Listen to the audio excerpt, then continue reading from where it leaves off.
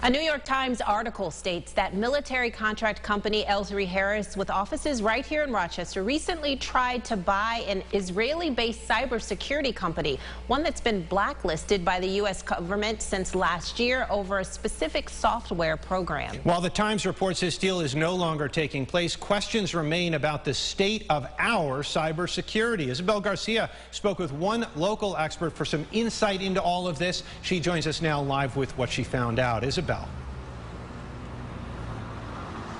Yes, good evening to both of you. Right off the top, L3Harris is not commenting at this time surrounding the story.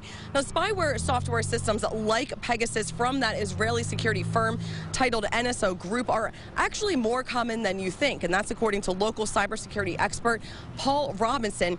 But there are steps that you can take right now to help protect your personal data. There are a lot of other softwares that are out there that are covert at this point that, we as consumers, we as businesses need to make sure that we are protecting ourselves against. Vice President of Pittsford-based IGI Cybersecurity, Paul Robinson, tells me the spyware program Pegasus originally had good intentions for internet-based protections and safety. The reason for the tool was to defend against counterterrorism and crime, and have the ability to have access to devices that might have been involved in the crime or could provide pertinent data to helping solve a crime. Pegasus is a zero-click hacking tool with the ability to remotely access user information without the need for any kind of a phishing link.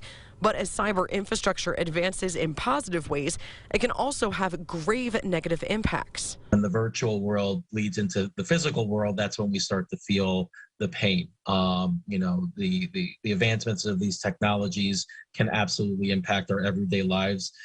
It could even cost human life if documents and highly classified information fall into the wrong hands. There are steps you can take to best protect your personal data, one of which includes, yes, reading through all of those fine print user agreements, especially with so much data sharing now part of our daily lives.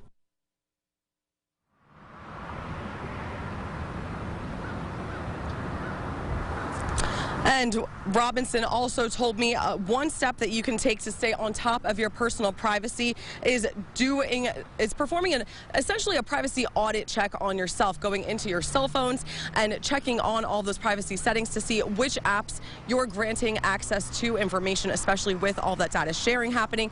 Another suggestion is to change your passwords, especially for highly sensitive accounts such as medical records.